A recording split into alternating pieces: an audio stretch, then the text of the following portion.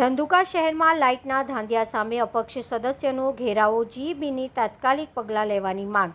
અમદાવાદ જિલ્લાના ધંધુકા શહેરમાં છેલ્લા 15 દિવસથી વીજ પુરવઠો અવિરતપણે બંધ થવા લાગ્યો છે, જેના કારણે નગરજનો, ખાસ કરીને વૃદ્ધો, રોગી અને નાના બાળકો તાપમાનના ત્રાસ હેઠળ અસહ્ય પરિસ્થિતિનો સામનો કરી રહ્યા છે। રાત દિવસ વીજળી બંધ થતાં નગરજનોમાં ભારે અસંતોષ છે।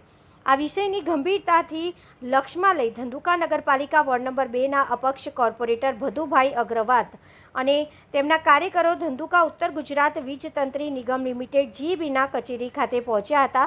તેમણે શહેરીજનોના વીજ પ્રશ્ન અંગે જવાબદારી અધિકારીઓ સમક્ષ રજૂઆત કરવી ઈચ્છી હતી, અને પરંતુ યોગ્ય સમયે કોઈ અધિકારી કચેરીમાં હાજર નહોતા। ચાર્જમાં રહેલા અધિકારી ચારુલિયા સાહેબ સાથે ટેલિફોનિક પર વાતચીત થઈ। તેમની ઉપસ્થિતિમાં જ ઓફિસ સ્ટાફને આવેદનપત્ર સોંપાયું હતું।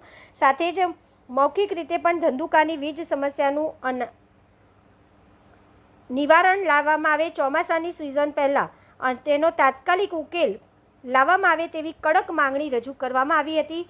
અગ્રવાલ તથા કાર્યકરોનું કહેવું છે કે જો વીજ તંત્ર દ્વારા આ ગંભીર સમસ્યાનું તાત્કાલિક સમાધાન કરવામાં નહીં આવે તો આગામી દિવસોમાં ઉગ્ર આંદોલનના પણ સંકેત આપવામાં આવશે।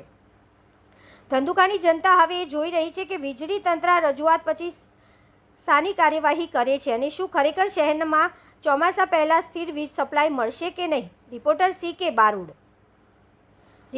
CK બારોડ।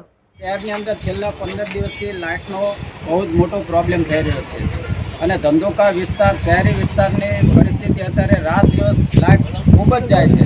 રાત્રે 10-10 વાર લાઇટ જાય છે, દિવસે જાય છે અને લાઇટનું કોઈ પણ ઠેકાણું નથી। પવન ન હોય, કાંઈ ન હોય તો લાઇટો બંધ ચાલુ, પબ્લિક હેરાન થઈ ગઈ છે, બીમાર માણસો હેરાન થઈ ગયા છે।